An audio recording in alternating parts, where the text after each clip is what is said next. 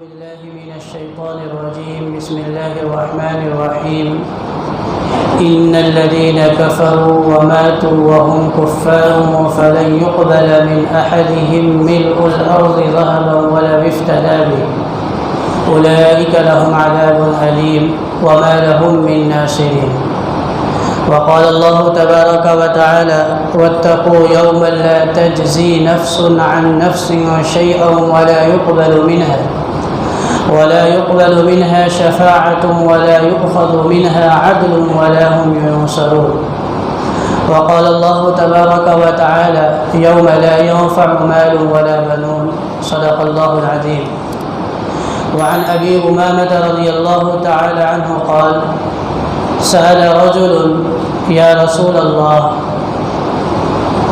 ما الإيمان؟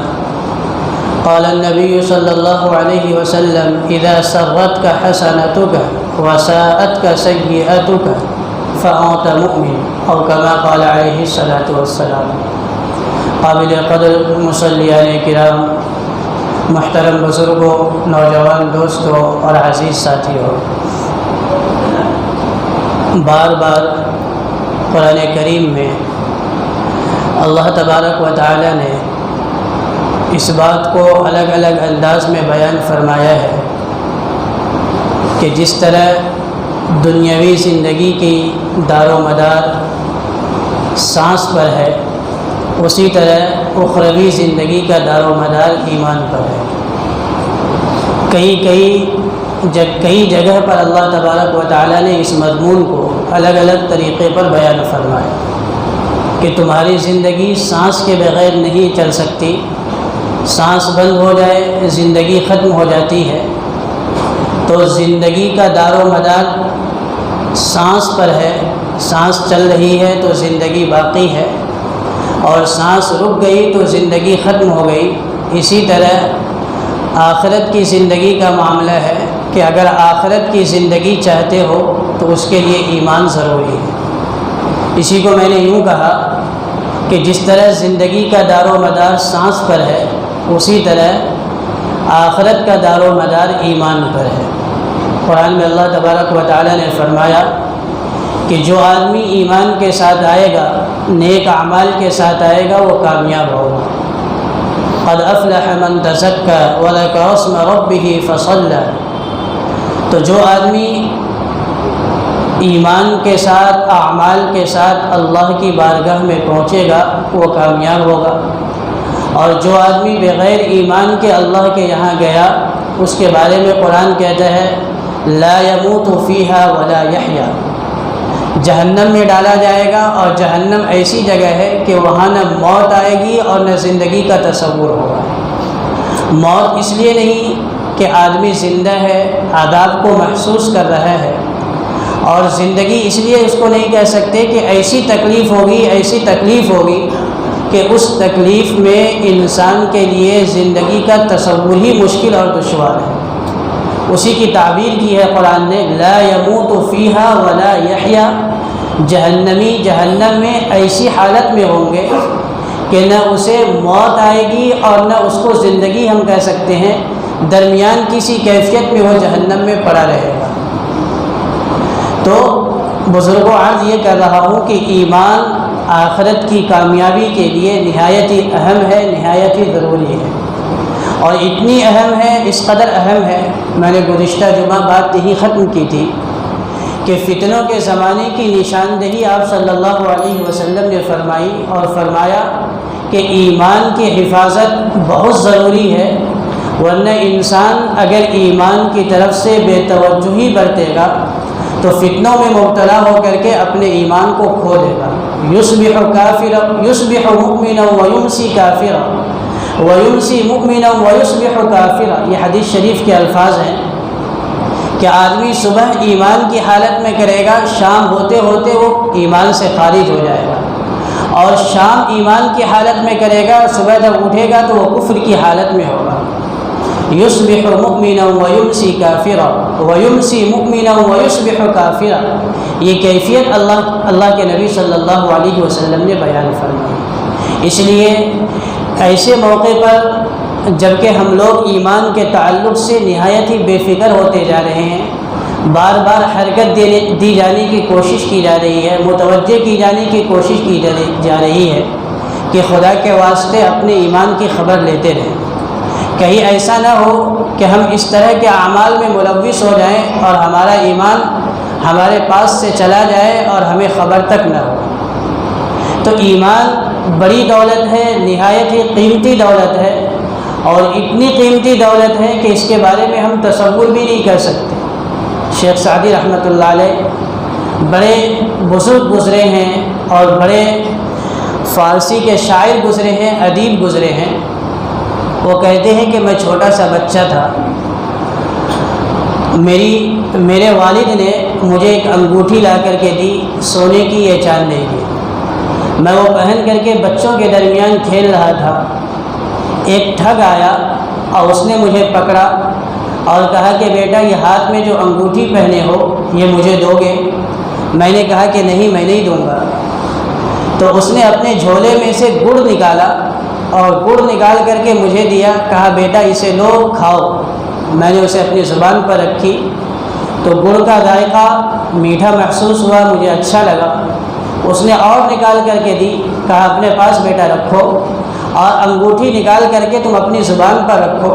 میں نے انگوٹھی نکالی، اپنی زبان پر رکھی، تو انگوٹھی زبان پر لینے کے بعد کوئی ذائقہ محسوس نہیں ہوا۔ تو اس ٹھگ نے کہا کہ بیٹا دیکھو یہ میرے پاس جو گڑ ہے اس کا ذائقہ میٹھا ہے، اس میں مزہ ہے، اس کو کھاؤ گے تمہیں لطف آئے گا، لیکن انگوٹھی جسے تم پہنے ہو اسے تم منہ میں لیے کوئی ذائقہ محسوس نہیں ہوا، اس لیے تم بچے ہو، نادان ہو، تمہیں بات سمجھ میں نہیں آتی۔ میری بات مانو، یہ چیز قیمتی ہے جو میرے پاس ہے، اور تمہارے پاس جو چیز ہے اس کی کوئی قیمت نہیں ہے، بس تم ایسے ہی شوق سے پہنے ہو، مجھے اس کی ضرورت ہے تم مجھے دے دو، میں تمہیں گڑ دیتا ہوں، مجھے تم سے محبت ہے۔ شیخ سعدی رحمۃ اللہ علیہ کہتے ہیں کہ میں ان کی باتوں کے جھانسوں میں آ گیا اور میں نے انگوٹھی نکال کر کے اس ٹھگ کو دے دی اور گڑ اس کے بدلے میں لے لیا۔ گھر پہنچا، والد صاحب نے پوچھا کہ انگوٹھی کیا ہوئی؟ میں نے اس طرح جو واقعہ پیش آیا تھا میں نے بتلا دیا، تو والد صاحب بہت ناراض ہوئے اور مجھے مارا۔ اس وقت مجھے بات سمجھ میں نہیں آئی کہ والد صاحب نے مجھے کیوں مارا، میں نے تو اچھا کام کیا، میٹھی چیز لے لی اور جس کا کوئی ذائقہ نہیں ہے وہ میں نے دیا اس کو۔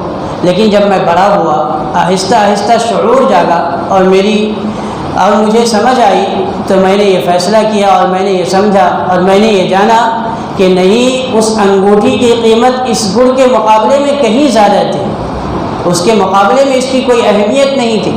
اسی طرح بزرگوں، ہمارے دلوں میں ایمان کی قدر و قیمت نہیں ہے، اور ایمان کی قدر و قیمت نہ ہونے کی وجہ سے، اہمیت نہ ہونے کی وجہ سے آج ہم ذرا سی باتوں پر ایمان کا سودا کرتے ہیں، ایمان کو بیچتے ہیں۔ تو یہ قدر و قیمت نہ ہونے کی وجہ سے ہم نے ایمان پر اللہ تبارک و تعالیٰ نے کیا کیا وعدے فرمائے ہیں اور کیسی کیسی بشارتیں دی گئی ہے اور کتنا بڑا انعام ملنے والا ہے، اگر ہمیں اس کا ذرہ برابر بھی صحیح معنوں میں احساس ہو جائے تو ہم ایمان کے مقابلے میں کوئی چیز لینے کو تیار نہ ہو۔ ہم دنیا کی سب سے قیمتی چیز کو سب سے قیمتی چیز سمجھیں گے، ہم ریت کو ریت اور سونے کو سونا ہی سمجھیں گے۔ ابھی ہو یوں رہا ہے کہ ہم سونے کو ریت سمجھ رہے ہیں اور ریت کو سونا سمجھ رہے ہیں، کنکریوں کو ہم نے سونا سمجھ لیا ہے، پتھروں کو ہم نے جواہرات سمجھ لیے ہیں، موتیاں سمجھ لی ہے، یہ ہم سے چوک ہو رہی ہے۔ اصل میں اللہ تبارک و تعالیٰ کا جو وعدہ ہے وہ ایمان بالغیب پر ہے۔ جتنی باتیں جو کہی جاتی ہے، مساجد میں عرض کی جاتی ہے اور ایمان کے تعلق سے ہمارے سامنے باتیں آتی ہیں، وہ سب غیب کی باتیں ہوتی ہیں۔ مرنے کے بعد یوں ہوگا، مرنے کے بعد قبر میں یہ احوال پیش آئیں گے، یہ سوالات کیے جائیں گے، جنت اور جہنم کا معاملہ ہے، میدان حشر کا معاملہ ہے۔ یہ تمام باتیں آتی ہیں جو ہم نے دیکھی نہیں ہے، لیکن ایسی ذات کی بات پر یقین رکھتے ہیں جو سب سے زیادہ سچے ہیں، یعنی محمد رسول اللہ صلی اللہ علیہ وسلم کی باتوں پر۔ تو ایمان بالغیب ہونے کی وجہ سے اعمال کم ہیں اور انعام بہت زیادہ ہے۔ اگر اللہ تبارک و تعالیٰ تمام چیزیں ہمارے سامنے کر دیتے، قبر کے احوال کو اور اسی طرح میدان حشر کے احوال کو، پل صراط کے احوال کو، اور اسی طرح جنت اور جہنم کے احوال کو، تو دنیا میں امتحان اور آزمائش نہیں ہوتی، کوئی آدمی اللہ کا نافرمان نہیں ہوتا، کوئی اللہ کی نافرمانی کرنے والا نہیں ہوتا۔ آزمائش اور امتحان تو اسی میں ہے کہ قبر کے بارے میں بتلا دیا گیا، جنت اور جہنم کے بارے میں بتلا دیا گیا، محشر کے بارے میں بتلا دیا گیا، پل صراط کے بارے میں بتلا دیا گیا۔ اب آزمائش یہ ہے کہ آدمی ان باتوں پر یقین لا کر کے اعمال کرے۔ مشاہدہ نہیں ہے بلکہ ایمان بالغیب ہے۔ اگر مشاہدہ ہو جائے تو اعمال بہت بڑھا دیے جائیں گے اور انعام بہت کم ہو جاتے ہیں۔ اس کو سمجھنے کے لیے علماء نے مثال لکھی ہارون رشید کا۔ ہارون رشید بڑے بادشاہ گزرے ہیں، نیک متقی پرہیزگار بادشاہ گزرے ہیں۔ ان کی بیوی زبیدہ تھی، وہ بھی بڑی نیک اور متقیہ تھی۔ کہتے ہیں کہ ان کے دربار میں 1000 حافظہ لڑکیاں ہمیشہ موجود رہتی تھیں جو قرآن پاک کی تلاوت کرتی رہتی تھیں، اور بڑے کارنامے ہیں ان کے۔ نہر زبیدہ عرب میں انہوں نے کھدوائی، پانی کے کنواں، پانی کے نہر کو جاری کروایا، اور بہت پیسے انہوں نے خرچ کیے اس زمانے میں۔ تو ہارون رشید بادشاہ ہیں اور حضرت زبیدہ ان کی اہلیہ ہیں، دونوں نہر کے کنارے گھوم رہے ہیں۔ شام کے وقت تفریح کرنے کے لیے کبھی کبھی جاتے تھے، گھوم رہے ہیں۔ وہاں پہنچے تو بہلول دانہ رحمۃ اللہ علیہ اس وقت کے بڑے بزرگ تھے اور مجذوب قسم کے آدمی تھے۔ ایک یہ رتبہ ہے، اللہ تبارک و تعالیٰ کسی کسی کو عطا فرماتے ہیں جو اللہ کے بہت خاص بندے ہوتے ہیں۔ مجذوب قسم کے آدمی تھے۔ وہ نہر کے کنارے ریت سے محل بنا رہے ہیں، گھر بنا رہے ہیں۔ دونوں پہنچے گھومتے ہوئے۔ ہارون رشید نے پوچھا کہ بہلول ان سے مذاق کیا کرتے تھے، معلوم تھا کہ اللہ کے نیک بندے ہیں تو مذاق بھی کیا کرتے تھے۔ پوچھا بہلول یہ کیا کر رہے ہو؟ تو بہلول دانہ رحمۃ اللہ علیہ نے کہا کہ گھر بنا رہا ہوں۔ انہوں نے کہا کہ اس کو بیچو گے؟ تو بہلول دانہ رحمۃ اللہ علیہ نے کہا کہ ہاں بیچوں گا میں اسے۔ کیا بہلول کتنے میں بھی اسے بیچو گے؟ انہوں نے کہا کہ 1 دینار میں۔ ہارون رشید نے کہا کہ بہلول اگر میں 1 دینار میں یہ محل خرید لوں تو مجھے کیا ملے گا؟ یہ تو ریت کا محل بنائے ہو، تو کوئی 1 پاؤں لگا دے گا، 1 ٹھوکر لگا دے گا محل مٹی میں۔ تو بہلول دانہ رحمۃ اللہ علیہ نے کہا کہ ہارون رشید آپ کو قیمت معلوم نہیں، یہ محل جو خریدے گا اللہ تبارک و تعالیٰ اسے جنت میں ایک محل دیں گے۔ سمجھے کہ مذاق کر رہے ہیں، آگے بڑھے۔ پیچھے ان کی اہلیہ آ رہی تھی زبیدہ، انہوں نے بھی یہی سوال کیا، بہلول نے یہی جواب دیا، تو انہوں نے 1 دینار ان کو دے دی اور آگے چلی گئی۔ بات ختم ہوئی، رات میں سوئے، ہارون رشید خواب دیکھتے ہیں۔ خواب یہ دیکھتے ہیں کہ قیامت قائم ہو چکی ہے، سوال جواب ہو رہا ہے۔ میں جا رہا ہوں تو دیکھتا ہوں کہ ایک محل ہے جس پر زبیدہ لکھا ہے، ان کی بیوی کا نام لکھا ہے۔ میں نے اندر جانے کی کوشش کی تو جو وہاں پہ محافظ فرشتے تھے انہوں نے مجھے روک لیا اور کہا کہ ہارون رشید اس کے اندر نہیں جا سکتے۔ میں نے کہا کہ یہ میری بیوی کا محل ہے، اس میں کیوں نہیں جا سکتا؟ تو انہوں نے کہا کہ یہ دنیا نہیں ہے، یہ آخرت کا معاملہ ہے، یہاں جس کا نام لکھا ہے وہی جا سکتا ہے، اس کے علاوہ کوئی نہیں جا سکتا۔ آنکھ کھل گئی۔ ہارون رشید رات یوں ہی بے قراری کے عالم میں گزارتے ہیں۔ صبح ہوتی ہے، پھر جاتے ہیں، پھر بہلول وہی کام کر رہے ہیں، محل بنا رہے ہیں، توڑ رہے ہیں۔ کہنے لگے بہلول کیا کر رہے ہو؟ کہنے لگے وہی کام کر رہا ہوں جو کل کر رہا تھا۔ کہنے لگے بہلول بیچو گے؟ کہا ہاں بیچوں گا۔ تو انہوں نے پوچھا کہ کیا قیمت آج لگاتے ہو؟ انہوں نے کہا کہ تمہاری پوری حکومت کی آج قیمت لگے گی۔ ہارون رشید ہکا بکا رہ گئے۔ بات یہ ہے، انہوں نے پوچھا کہ کل آپ 1 دینار قیمت لگا رہے تھے اور آج پوری حکومت قیمت لگا رہے ہو، کیا بات ہے؟ بہلول دانہ رحمۃ اللہ علیہ نے کہا کہ کل بغیر دیکھے سودا ہو رہا تھا اور آج دیکھ کر کے سودا کیا جا رہا ہے۔ تو ہم جو اللہ تبارک و تعالیٰ کی، اللہ کے رسول صلی اللہ علیہ وسلم کی باتوں کو مانتے ہیں، وہ ایمان بالغیب ہے۔ ایمان بالغیب ہے، اس لیے جنت معمولی سے اعمال پر دیے جائیں گے، ورنہ اگر اللہ تبارک و تعالیٰ جنت میں کیا کچھ ملنے والا ہے اور آخرت کا کیا معاملہ ہوگا وہ ہمارے اوپر ذرہ برابر بھی ظاہر فرما دیتے تو دنیا کا کوئی انسان اللہ کا نافرمان نہیں ہوتا، کوئی نمازوں کا چھوڑنے والا نہیں ہوتا، کوئی اللہ کی نافرمانی کرنے والا نہیں ہوتا۔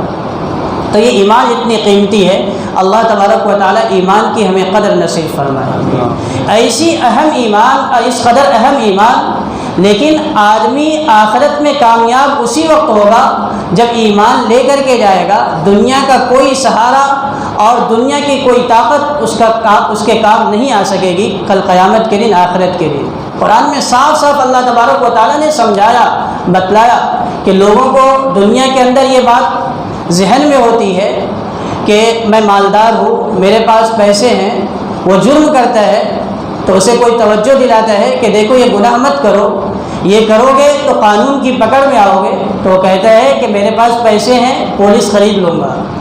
بڑا جرم کرتا ہے، بڑے گناہوں کا ارتکاب کرتا ہے، لوگ توجہ دلاتے ہیں کہ دیکھو یہ بڑا جرم ہے، قانون کی خلاف ورزی ہے، وہ کہتا ہے کہ وکیل خریدوں گا، اور وہاں بات نہیں بنی تو پھر جج خریدوں گا، پوری عدالت خرید لوں گا، لیکن سزا نہیں کاٹوں گا۔ تو آدمی پیسوں کو سہارا بناتا ہے کہ پیسے میرے پاس سہارے ہیں۔ اللہ تبارک و تعالیٰ نے فرمایا یوم لا ينفع مال ولا بنون، اس دن نہ مال کام آئیں گے نہ اولاد کام آئے گی، اس دن تو صرف ایمان اور اعمال کام آئیں گے۔ اس قدر اہم چیز ہے، دنیا میں مال کو سہارا بنا کر کے انسان جرائم کر کے بچ جاتا ہے، لیکن کل قیامت کے دن اللہ تبارک و تعالیٰ کے یہاں بغیر ایمان کے بچنے کا کوئی سوال ہی پیدا نہیں ہوتا۔ قرآن میں اللہ نے بہت عجیب مثال دی، ان الذین کفروا وماتوا وهم کفار، جو لوگ مر گئے کفر کی حالت میں، فلن يقبل من احد، ان الذین کفروا وماتوا وهم کفار فلن يقبل من احدهم ملء الارض ذهبا ولو افتدى به، کہ اگر کوئی آدمی کفر کی حالت میں اس دنیا سے چلا گیا اور کل قیامت کے دن بالفرض اس نے زمین بھر کے سونا پیش کر دیا، لو افتدى به، تو اسے بھی فدیے کے طور پر قبول نہیں کیا جائے گا، وَلَهُمْ عَذَابٌ أَلِيمٌ وَمَا لَهُم مِّن نَاصِرِينَ، اسے دردناک عذاب دیا جائے گا، اس کا کوئی سہارا وہاں پر نہیں ہوگا، کوئی اس کا تعاون کرنے والا نہیں ہوگا، کوئی اس کا مدد کرنے والا نہیں ہوگا۔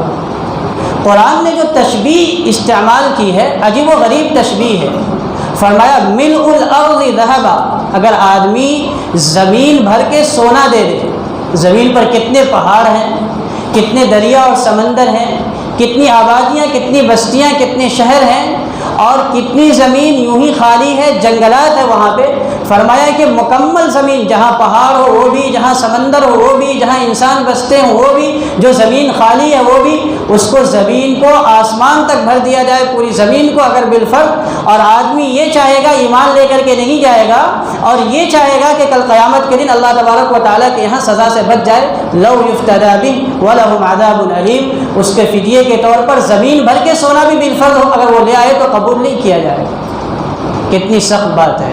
یہ ایمان کوئی معمولی بات نہیں ہے، یہ ایمان کوئی یہ کھیل نہیں ہے کہ آدمی ایمان کی حفاظت نہ کرے، ایمان کی طرف توجہ نہ دے۔ یہ تو میں نے مال کے بارے میں عرض کیا، اگر آدمی دنیا میں دوسرا سہارا جو ہوتا ہے وہ آدمی رشتہ داریوں کا سہارا ڈھونڈتا ہے، جرم کر رہا ہے، میں نے مثال دی ابھی، جرم کر رہا ہے، گناہ کر رہا ہے، اس سے کہو کہ یہ گناہ کی چیز ہے، قانون کے شکنجے میں آؤ گے، پکڑے جاؤ گے، تو کہتا ہے کہ میرا باپ بڑا افسر ہے، وہ مجھے بچا لے گا، میرا بھائی بڑے عہدے پر فائز ہے، وہ مجھے بچا لے گا، اور اگر میں پکڑا بھی گیا اور پولیس کی گرفت میں بھی آ گیا تو یہ لوگ مجھے جلد چھڑا کر کے لے آئیں گے، یہ لوگ مجھے سزا نہیں دے پائے گی، حکومت مجھے سزا نہیں دے پائے گی۔ یہ آدمی کے اندر ایک سہارے کی بات ہوتی ہے، آدمی کے اندر ایک قسم کا یہ خیال ہوتا ہے، گمان ہوتا ہے، اور دنیا میں یہ سب ہوتا ہے، ہم روزانہ اپنے آنکھوں سے دیکھتے ہیں کہ آدمی کا باپ، آدمی کا رشتہ دار پہچان کا ہے تو جرم دھڑلے سے کرتا ہے، اور اس گمان میں رہتا ہے کہ میں پہلے تو پکڑا نہیں جاؤں گا، اور اگر پکڑا گیا تو میرے یہ رشتہ دار مجھے چھڑا لیں گے۔ اللہ تبارک و تعالیٰ فرماتے ہیں کہ کل قیامت کے دن آدمی کیسا بھی رشتہ دار لے کر کے آ جائے اور اس کے پاس ایمان نہیں ہو تو اللہ تبارک و تعالیٰ کی پکڑ سے اور گرفت سے نہیں بچ سکے گا۔ مثالیں دی ہے قرآن میں، جا بجا قرآن میں مثالیں بکھری پڑی ہے۔ نوح علیہ السلام کا بیٹا ہے، باپ نبی ہے، لیکن بیٹا ایمان نہیں لایا ہے. یا بنی ارکب معنا ولا تکن مع الکافرین. قال سآوی الی جبل یعصمنی من الماء. قال لا عاصم اليوم من امر اللہ الا من رحم وحال بینهما الموج فكان من المغرقین. وقیل یا ارض ابلعی ماءک ویا سماء اقلعی وغیض الماء وقضی الامر واستوت علی الجودی وقیل بعدا للقوم الظالمین. قرآن نے نقشہ کھینچا ہے کہ بیٹا ایمان نہیں لایا. نوح علیہ السلام سب ایمان والوں کو لے کر کے کشتی میں سوار ہے. بیٹا سے کہہ رہے یا بنی ارکب معنا, بیٹے میرے ساتھ سے کشتی پر سوار ہو جاؤ. کہتا ہے قال سآوی الی جبل یعصمنی من الماء, میں پہاڑ کی بلندی پر چڑھ جاؤں گا اور میں پانی سے بچ جاؤں گا. نوح علیہ السلام نے فرمایا لا عاصم اليوم من امر اللہ الا من رحم, آج اللہ کے علاوہ کوئی تمہیں بچا نہیں سکے گا. وحال بینہما, اور دونوں کے درمیان, وحال بینہما الموج, دونوں کے درمیان پانی کی روانی آئی. باپ اور بیٹوں کے درمیان بات ہو رہی تھی, بیٹا غرق ہو گیا. قرآن نے یہ اس لیے نقل کیا ہے کہ کوئی باپ کوئی بیٹا اس گمان میں نہ رہے کہ میرا باپ بڑا بزرگ ہے, میرا باپ بڑا عالم ہے, میرا باپ بڑا مفتی ہے, باپ بچا لے گا, کوئی گمان میں نہ رہے. نوح علیہ السلام نبی ہو کر کے اپنے بیٹے کو نہیں بچا سکے. مثال دی ہے قرآن نے نوح علیہ السلام کی بیوی کا, لوط علیہ السلام کی بیوی کا. نوح علیہ السلام نبی ہیں, لوط علیہ السلام نبی ہیں, دونوں کی بیوی ایمان قبول نہیں کی ہے. فرمایا وقیل ادخلا النار مع الداخلین. قرآن میں اللہ نے فرمایا کہ دونوں سے کل قیامت کے دن کہا جائے گا تم نوح کی گرچہ بیوی ہو اور لوط علیہ السلام کی گرچہ بیوی ہو, ایمان تمہارے پاس نہیں ہے, شوہر کا نبی ہونا تمہیں بچا نہیں سکتا. شوہر کی نبوت اور باپ کی نبوت آدمی کو بچا نہیں پائے گی اگر ایمان کی دولت لے کر کے کل قیامت کے دن اللہ کے پاس حاضر نہیں ہوا. اور اس سے بڑھ کر کے کسی کو یہ گمان نہ ہو کہ میرا بیٹا عالم بن گیا اور میرا بیٹا مفتی بن گیا اور میرا بیٹا بڑا بزرگ ہے, بڑا دین کا کام کرتا ہے اور یہ کرتا ہے وہ کرتا ہے. فرمایا ابراہیم علیہ السلام کی مثال ہو, باپ آزر ہے. قرآن میں بہترین نقشہ کھینچا ہے ان کی دعوت و تبلیغ کا کہ کس طرح اپنے باپ کو انہوں نے دعوت دی ہے. آپ صلی اللہ علیہ وسلم نے بیان فرمایا, صحیحین کی روایت ہے, بخاری اور مسلم کی روایت ہے, حضور صلی اللہ علیہ وسلم نے فرمایا کہ کل قیامت کے دن ابراہیم علیہ السلام کی اپنے باپ سے ملاقات ہو جائے گی. باپ آزر سامنے سے آ رہے ہوں گے اور بیٹا ابراہیم علیہ السلام سامنے آئیں گے اور ان کی وہی کیفیت ہوگی جس کے بارے میں قرآن نے کہا ہے فَإِذَا جَاءَتِ الصَّاخَّةُ يَوْمَ يَفِرُّ الْمَرْءُ مِنْ أَخِيهِ وَأُمِّهِ وَأَبِيهِ وَصَاحِبَتِهِ وَبَنِيهِ لِكُلِّ امْرِئٍ مِّنْهُمْ يَوْمَئِذٍ شَأْنٌ يُغْنِيهِ وُجُوهٌ يَوْمَئِذٍ مُسْفِرَةٌ ضَاحِكَةٌ مُسْتَبْشِرَةٌ. ایک کیفیت تو یہ ہے وَوُجُوهٌ يَوْمَئِذٍ عَلَيْهَا غَبَرَةٌ تَرْهَقُهَا قَتَرَةٌ. بعض چہرے ایسے ہوں گے جن کے چہرے پر مرجھائیاں چھا رہی ہوگی اور چہرے پر گرد ہوں گے, گرد آلود چہرہ ہوگا. ابراہیم علیہ السلام کے باپ کی بھی یہی کیفیت ہوگی. حضور صلی اللہ علیہ وسلم نے فرمایا کہ ابراہیم علیہ السلام جو اپنے باپ کو دیکھیں گے اس کیفیت میں تو ذرا دل میں رحم پیدا ہوگا اور کہیں گے یا اللہ آپ نے مجھ سے وعدہ فرمایا لا تخزنی یوم القیامہ, تمہیں قیامت کے دن رسوا نہیں کروں گا. میرا باپ اس حالت میں ہے ایو خزین اخزا الابعد من ابی, کہ میرا باپ آپ کی رحمت سے دور ہے, اس سے بڑی رسوائی میری کیا ہوگی. میرا باپ اس طرح پھر رہا ہے, پریشان حال ہے. یعنی یہ اللہ تبارک و تعالیٰ کی خدمت میں گزارش کی جا رہی ہوگی کہ اللہ میرے باپ پر رحم فرمائیے. اللہ تبارک و تعالیٰ کا صاف جواب آئے گا کہ ابراہیم آج کے دن کسی کافر کو جنت میں داخل نہیں کیا جائے گا, تمہارا باپ گرچہ ہے لیکن جہنم میں جائے گا. اللہ کے نبی صلی اللہ علیہ وسلم نے فرمایا کہ اس کی شکل کو مسخ کیا جائے گا اور بجی کی شکل بنا دی جائے گی ابراہیم علیہ السلام کے باپ کی, اور ان کو جہنم میں اسی وقت ڈھکیل کر کے ڈال دیا جائے گا. اور ابراہیم علیہ السلام سے کہا جائے گا تمہیں رسوائی نہیں ہونی چاہیے کیونکہ تمہارا باپ تمہارے اس شکل میں نہیں ہے جس شکل میں دنیا میں تھا, میں نے اس کے چہرے کو مسخ کر کے جہنم میں داخل کیا ہے. تو نہ باپ کام آئے گا, نہ بیٹا کام آئے گا, نہ شوہر کام آئے گا, ہر آدمی کا اپنا ایمان کام آئے گا. اس لیے اس موقع پر جو بات کہی جا رہی ہے اسے ہمیں بہت دھیان سے سننی چاہیے.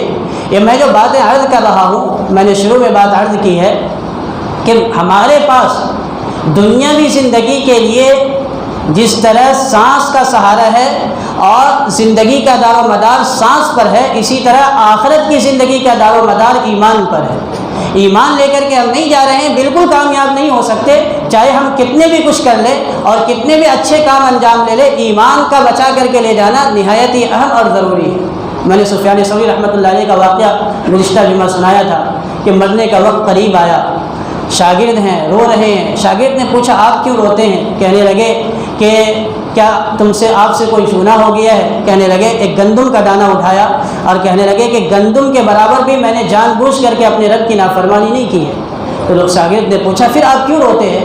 کہنے لگے اس بات کا خوف ہے کہ ابھی تک تو ایمان کو بچا کر کے جا رہا ہوں، مرتے وقت شیطان میرے پاس ایمان رہنے دے گا یا نہیں رہنے دے گا، اس بنیاد پر میں رو رہا ہوں، پریشان ہو رہا ہوں کہ نہ جانے ایمان صحیح سلامت لے کر کے جا بھی پاؤں گا یا نہیں جا پاؤں گا۔ تو ایمان کا معاملہ نہایت ہی اہم ہے۔ صحابہ کرام رضوان اللہ علیہم اجمعین کی مجلس لگی ہے، آپ صلی اللہ علیہ وسلم سے ایک صحابی نے پوچھا یا رسول اللہ مل ایمان، ایمان کی علامت ذرا بتلا دیجیے۔ مقصد یہی تھا کہ ایمان کی علامت بتلائیں گے تو ہم ایمان کی علامت کو جان کر کے جو ایمان کی علامتیں ہوں گی اس پر مطابق اپنی زندگی بسر کریں گے۔ تو اللہ کے نبی صلی اللہ علیہ وسلم نے بہت سادے انداز میں اور صاف انداز میں فرمایا، ہر ایک آدمی سمجھ سکتا ہے، پڑھا لکھا بھی، ان پڑھ بھی، شہری بھی، دیہاتی بھی، ہر آدمی سمجھ سکتا ہے۔ اللہ کے نبی صلی اللہ علیہ وسلم نے صاف فرمایا اذا سرتک حسنتک، جب تم کوئی نیکی کرو اور تمہیں خوشی مل جائے، وَإِذَا سَاءَتْكَ سَيِّئَتُكَ، اور جب تم کوئی برائی کرو اور تمہیں یہ تکلیف پہنچانے لگے، غمگین ہو جاؤ، گھٹن محسوس کرنے لگو، فرمایا فَأَنْتَ مُؤْمِن، تو یہ ایمان کی علامت ہے۔ یہ بالکل آسان انداز ہے جس کو بہت سادے انداز میں اللہ کے نبی صلی اللہ علیہ وسلم نے بیان فرما دیا۔ کس کو نہیں معلوم ہے کہ جھوٹ بولنا غلط ہے، سچ بولنا صحیح ہے؟ کس کو نہیں معلوم ہے کہ نماز پڑھنا ضروری ہے اور نماز کا چھوڑنا غلط ہے؟ اب اگر ہم نماز ادا کرتے ہیں اور دل میں خوشی ہوتی ہے، ہم سچ بولتے ہیں اور دل خوش ہوتا ہے، ہم جھوٹ بولتے ہیں دل میں گھٹن ہوتی ہے، تو یہ ایمان کی علامت ہے، یہ ایمان کی نشانی ہے۔ اور اگر ایسا نہیں ہوتا ہے تو یہ سمجھنا چاہیے کہ ہمارا باطنی حص جو ہے وہ خراب ہو گیا ہے۔ ہم کتابوں میں پڑھتے ہیں اور تجربہ کار لوگوں سے سنا بھی ہے، خدا نہ خواستہ اگر کسی کو سانپ کاٹ لے تو کہتے ہیں کہ اس کا ذائقہ خراب ہو جاتا ہے، اس کا حس بدل جاتا ہے۔ اب وہ نیم کی پتی بھی چبائے گا تو اسے میٹھا محسوس ہوگا، اور اگر وہ جلیبی بھی کھا لے تو اسے وہ کڑوی محسوس ہوگی، گڑ بھی کھائے تو اسے کڑوا محسوس ہوگا۔ ذائقہ بدل گیا ہے، حس بدل گیا ہے۔ تو یہ ہمارا باطنی حس ہو جانی چاہیے کہ جس طرح آدمی کو سانپ خدا نخواستہ کاٹ لیا ہے تو سانپ کاٹنے کی وجہ سے اس کا ذائقہ بدل جاتا ہے، اس کو برابر دوا کھلاتے رہتے ہیں یہاں تک کہ وہ کہنے لگتا ہے کہ میٹھی چیز مجھے میٹھی لگ رہی ہے اور کڑوی چیز مجھے کڑوی لگ رہی ہے، تب کہتا ہے حکیم علاج کرنے والا کہ ہاں اب سانپ کے زہر کا اثر تمہارا ختم ہو گیا ہے۔ بالکل اسی طرح ایمان والے کی ایمان کی علامت یہ ہے کہ جب وہ کوئی اچھا کام کرے تو اسے ایسی خوشی حاصل ہو جس طرح ایک بھوکا آدمی کو بھوک کی حالت میں کھانے کی چیز مل جائے اور وہ کھا کر کے خوش ہوتا ہے، جس طرح ایک پیاسا آدمی کو سخت پیاس کے عالم میں پانی مل جائے اور پانی پی کر کے خوش ہوتا ہے، ایک ایسے آدمی کو جسے کسی چیز کی بہت زیادہ ضرورت اور جستجو ہو وہ اس چیز کو پا کر کے خوش ہوتا ہے۔ آدمی نیکی کر کے ایسی خوشی محسوس کرے اور جب برائی ہو جائے تو ایسی گھٹن ہو، ایسی تکلیف ہو، ایسی پریشانی ہو کہ جیسے کسی آدمی نے کوئی چیز کھا لی اور کھانے کے بعد اسے کسی نے بتایا کہ جو چیز آپ نے کھائی ہے اس میں زہر ملی ہوئی تھی۔ اب وہ کتنا پریشان ہوگا کہ میں نے وہ چیز کھا لی ہے جس کے اندر زہر ہے، اگر میں ڈاکٹر سے رجوع نہیں کرتا ہوں، میں علاج نہیں کراتا ہوں تو پھر میری زندگی خطرے میں پڑ جائے گی، میں مر جاؤں گا، میں اس دنیا سے چلے جاؤں گا۔ اس کی دلی کیفیت کیسی ہوگی، وہ کس قدر پریشان ہوگا، ادھر بھاگے گا ادھر بھاگے گا کہ آدمی کو اس بات کا یقین ہو گیا ہے کہ میں زہر لگی ہوئی چیز، زہر ملی ہوئی چیز کھا لیا ہوں، اگر میں نے بر وقت علاج نہیں کرایا تو میں اس دنیا سے چلا جاؤں گا، میرا خاتمہ ہو جائے گا۔ بالکل ایسی ہی کیفیت انسان کی گناہ کرنے پر ہو جائے، نماز کے چھوٹنے پر ہو جائے، جھوٹ بولنے پر ہو جائے، ہر غلط کام کرنے پر ہو جائے۔ فرمایا فأنت مؤمن، اگر یہ نشانی پا لیتے ہو اپنے اندر تو اللہ کے نبی صلی اللہ علیہ وسلم نے فرمایا کہ تم ایمان والے ہو۔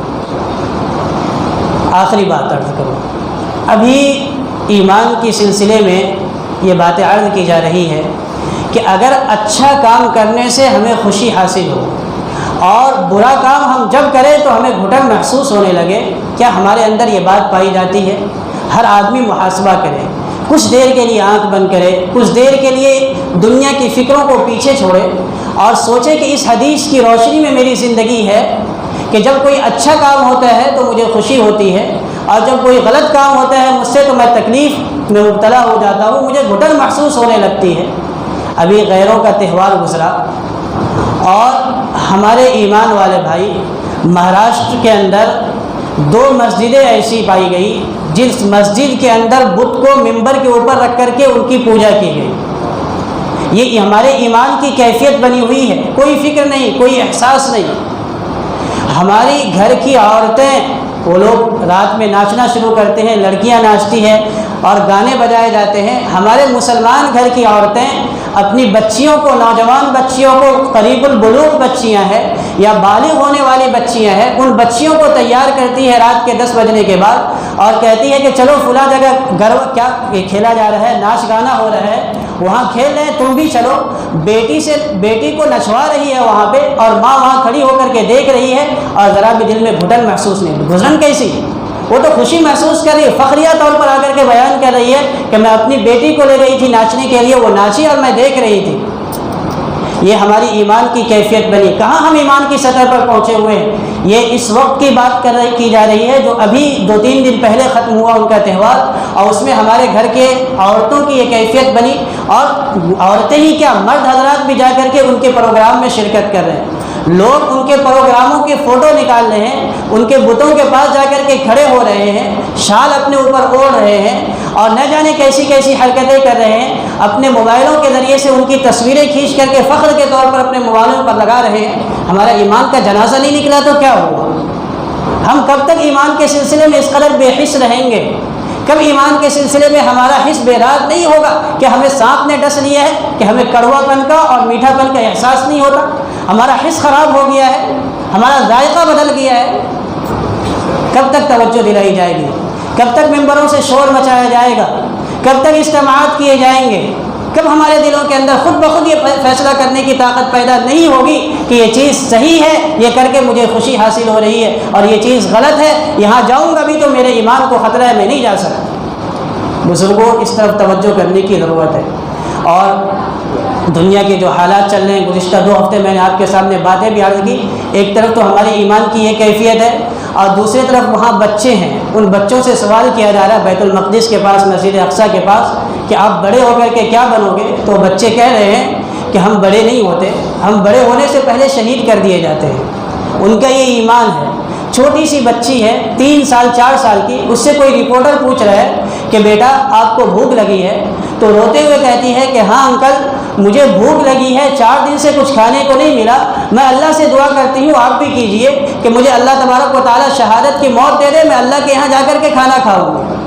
ایک طرف بچوں کی یہ کیفیت ہے جو دنیا کے اندر ہی ہے، ہم روزانہ دیکھ رہے ہیں، اور ایک ہمارے گھروں کی یہ حالت ہے کہ ایمان کے سلسلے میں کوئی فکر نہیں ہے۔ ایک ایمان بچانے کے لیے، شہادت کی موت پانے کے لیے دنیا کی تمام فکروں سے بے فکر ہو گئے ہیں، اور ایک ہم معمولی پیسوں کے لیے، چند لوگوں کو خوش کرنے کے لیے اور معمولی مفاد کے لیے اپنے ایمان کا سودا کرنے کے لیے تیار ہے۔ اللہ تبارک و تعالیٰ یہ خیر کا معاملہ فرمائے اور ہم سب کو اپنے ایمان کی فکر کی توفیق نصیب فرمائے۔ وآخر دعوانا الحمد للہ رب العالمین۔